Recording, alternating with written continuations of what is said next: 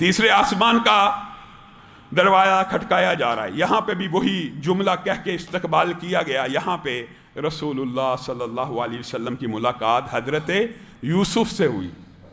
رسول اللہ صلی اللہ علیہ وسلم نے آپ کو اور مجھے بتلایا، میں نے یوسف سورہ یوسف آپ کو پتہ، مسلمان پڑھتے بھی ہیں، ان کے حسن کا تذکرہ بھی موجود ہے کہ اتنے خوبصورت تھے، عورتوں نے نظر کو اٹھایا، چہرے پہ ٹک گئی اور چہرے سے ہٹ نہ سکی، اتنے خوبصورت ہیں، انگلیاں کٹ گئیں۔ تو رسول اللہ صلی اللہ علیہ وسلم ان کے حسن کی ایک بات بیان کر کے واقعہ معراج کی رات کے آمد کے اوپر بھی یہ بات بیان کرتے ہیں، میں نے یوسف کو دیکھا، یوسف اتنے خوبصورت تھے کہ گویا آدھی دنیا کا حسن انہیں عطا کر دیا گیا، رسول اللہ کہہ رہے ہیں۔ اور میرے بھائیوں، یہاں پہ محدثین نے بڑے بڑے عمدہ باب بیان کیے، میں نے آپ کو پہلے بھی کہا تھا جو واقعہ معراج تفصیل سے پڑھنا چاہتا ہے وہ پڑھے، ایک ایک لمحے کے اوپر رہنمائی موجود ہے کہ استقبال کیوں ہو رہا ہے، استقبال کرنے والے یہ چند نبی کیوں ہیں، جب پوری زمین کے اوپر سارے نبیوں کو اتارا گیا تھا تو آسمان کے اوپر سارے نبیوں سے ملاقات کیوں نہیں ہوئی؟ ان سارے سوالات کے جواب علماء نے واقعہ معراج کی تفصیلات میں دے دیے ہیں۔ یہاں پہ محدثین نے کچھ باب بندے ہیں، ان میں سے ایک بات دو باتیں کر کے اپنی بات کو آگے بڑھاؤں گا کہ بے شک رسول اللہ صلی اللہ علیہ وسلم نے اپنے بھائی کی یہ تکریم کی، عزت کی اور کہہ دیا کہ یوسف ایسے ہیں جیسے آدھی دنیا کا حسن انہیں عطا کر دیا گیا ہے، لیکن حقیقت میں رسول اللہ صلی اللہ علیہ وسلم کا ظاہر بھی یوسف سے اعلیٰ تھا، ظاہر بھی یوسف سے خوبصورت تھا۔ بتائیے دنیاوی تاریخ کے اندر کوئی ایسا انسان گزرا ہے کہ جس کے اخلاق کی بات تو ہو، ایمان کی، اعمال کی بات تو ہو، لیکن بتائیے کوئی ایسا بھی گزرا ہے کہ جس کو صرف دیکھا ہو اور دیکھ کے کہا ہو کہ میں نے اس جیسا چہرہ نہیں دیکھا، میں اسلام کو قبول کرتا ہوں؟ کون ہے یہ؟ صرف نبی کریم صلی اللہ علیہ وسلم ہے کہ ایک عربی شاعر نے نبی کے چہرے کو دیکھا اور دیکھ کے دھنگ رہ گیا اور دل سے کتنا خوبصورت عربی شعر کہا جس کی ٹرانسلیشن یہ ہے، اللہ کی قسم یہ روشن اور چمکدار چہرہ کبھی جھوٹا نہیں ہو سکتا۔ پھر اسی بات کو سمامہ والی حدیث کے اندر ذرا غور کیجئے، پلر سے باندھا ہوا لمبا چوڑا واقعہ، علامہ شہید اس کو بڑی عمدگی سے بیان کیا کرتے تھے۔ یہ ماما کا گورنر ہے، پلر سے باندھا ہوا، رسول اللہ کہہ رہے ہیں میری طرف دیکھ، دیکھنے سے انکار کرتا ہے، اس وقت اسلام قبول نہیں کیا، چند الفاظ بھی کہتا ہے، باللہ رسول اللہ صلی اللہ علیہ وسلم کہتے ہیں اس کو آزاد کر دیا جائے، آزاد ہو جاتے ہیں۔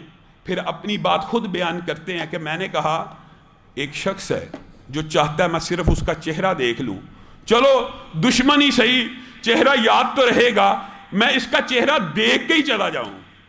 کہتے ہیں رسول اللہ کے چہرے کے اوپر نظر پڑی، دوسری نظر جھک گئی، اب آنکھیں نیچے کر کے مجھے تو آزاد کر دیا گیا ہے، میں مدینہ کی سرحدوں کی طرف بھاگ رہا ہوں، دوڑ رہا ہوں تیزی سے کہ نکلوں، مجھے آزاد کر دیا گیا ہے۔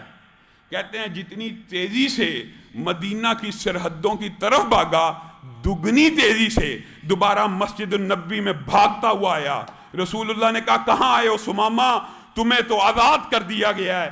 سمامہ نے کہا اے رسول اللہ، اپنا بنا کے چھوڑ دیا، کیا اسیری ہے، کیا رہائی ہے، جب سے آپ کے چہرے کو دیکھا ہے دل سے یہ آوازیں نکل رہی ہیں، اشہد ان لا الہ الا اللہ واشہد ان محمدا عبدہ ورسولہ۔ بتائیے چہرے کو دیکھ کر، یا صاحب الجمال و یا سید البشر من وجہک المنیر لقد نور القمر لا یمکن الثناء کما کان حقہ۔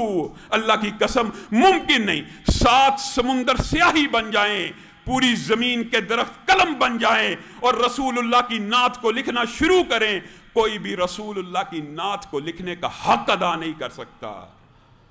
حق کیا ہے؟ بعد از خدا بزرگ توئی قصہ مختصر۔ اللہ خالق ہے، باقی ہر چیز مخلوق ہے، اور مخلوق میں اگر سب سے افضل کسی کو بنایا گیا تو آمنہ کے لال کو بنایا گیا۔ یہ رسول اللہ صلی اللہ علیہ وسلم کا استقبال آسمان پہ بھی ہو رہا ہے۔ میں اور آپ حقیقت میں اس نعمت سے غافل ہیں۔ اللہ تعالیٰ رسول اللہ کی باسط کو، رسول اللہ کے بھیجنے کو ایک نعمت کہتا ہے قرآن پاک میں، بلکہ نعمت سے بھی بڑی بات اللہ نے کیا کی ہے؟ لقد من اللہ، اللہ تعالیٰ احسان کہتا ہے، تیرے اور میرے اوپر احسان ہے کہ اللہ نے رسول اللہ کو بھیجا۔ ہم جیسا احسان فراموش بھی کوئی نہیں ہوگا کہ رسول اللہ کو بھیجنا اللہ کا احسان ہے۔ ہم نے اس احسان کی کیا قدر کی ہے؟ احسان فراموشی کی ہے۔ رسول اللہ کو دین کو غالب کرنے کے لیے بھیجا گیا، ہمیں یہ پڑھایا جاتا ہے دین کو غالب کرنے کی بات مت کیجئے، عالمی استعمار حرکت میں آ جائے گا، ڈنڈا چل جائے گا، گرفتاریاں ہو جائیں گی۔ رسول اللہ آئے دین کو قائم کرنے کے لیے، انفرادی طور پہ بھی اور معاشرے میں اندر بھی۔ میرے بھائیوں، اللہ کی قسم دین غالب آنے کے لیے آسمان سے نازل ہوا ہے۔ یہ آپ کی اور میری کوتاہی ہیں کہ آج ہم پوری دنیا میں مغلوب ہیں۔ یہ آپ کی اور میری کوتاہیاں ہیں، یہ آپ کی اور میری کوتاہیاں ہیں۔ ہم تو 5 وقت جو انفرادی سطح کے اوپر بھی اسلام قائم کرنا ہے اس کے اوپر پورے نہیں اترتے۔ 5 وقت ان ٹائم نماز پڑھنا، جو پڑھ لے اپنے آپ کو بہت بڑا ولی اللہ سمجھتا ہے۔ جو باتیں فرض ہیں وہ قائم کر کے بھی ہم اپنے آپ کو اولیاء اللہ میں شمار کرتے ہیں۔ اور اللہ رب العزت نے رسول اللہ کو بھیج کو جو احسان کیا وہ یہ ہے کہ زمین اللہ کی ہے، نظام اللہ کا چلے گا۔ آپ نظام کی بات کریں گے پوری دنیا آپ کے خلاف ہو جائے گی۔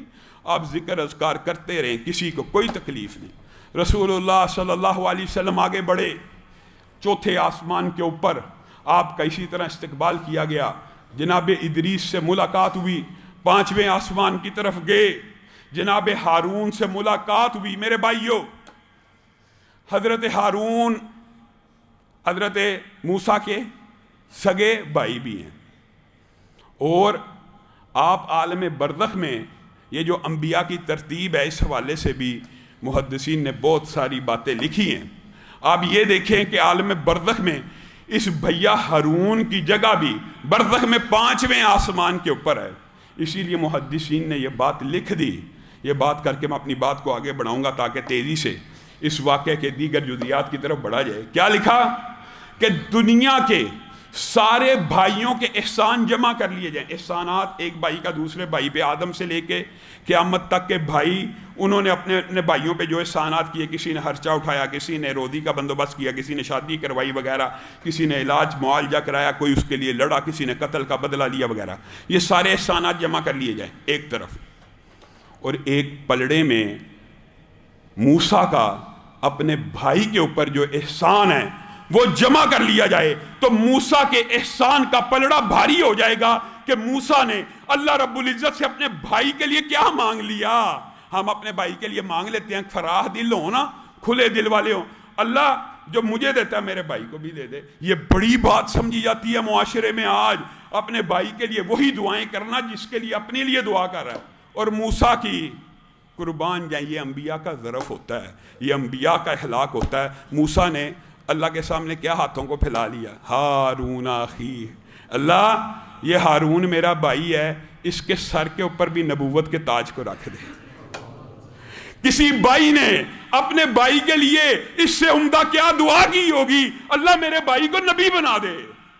اور اللہ تعالیٰ بھی رحم کا ایسا عمدہ ایک یہ نمونہ ہے، اللہ تعالیٰ کہتے ہیں جا موسیٰ، تیرے دل کو ٹھنڈا کیا، تیرے ہاتھوں کو ہارون کے ساتھ مضبوط کیا اور ہارون کو بھی نبی بنا دیا۔ اتنا بڑا احسان ہے ایک بھائی کا کہ اخوت کے اندر دنیا کی تاریخ میں اس سے عمدہ کوئی مثال نہیں ملتی۔ اور اسی لیے جب موسیٰ آئے تھے، ضمنی طور پہ بات آئی ہے، تو ہارون کی آ کے داڑھی پکڑ لی، میں تجھے کہنے کا مقصد یہ تھا نبی بھی میں نے دعا کی، تجھے بنا دیا، اب امت کے اندر بھی چھوڑ کے گیا، یہ پیچھے سے بچھڑے کی پوجا ہو رہی ہے۔ ایک لمبا چوڑا واقعہ، ہارون نے پھر جواب دیا کہ میں تو چاہتا تھا کہ تفرقہ نہ پھیلے، اس لیے خاموش رہا۔ تو یہ جو بات ہوتی ہے نا کہ تفرقہ نہ پھیلے، اس کی وجہ سے کمپرومائز کر لیا جائے توحید کے اوپر، یہ اللہ تعالیٰ کو منظور نہیں ہے۔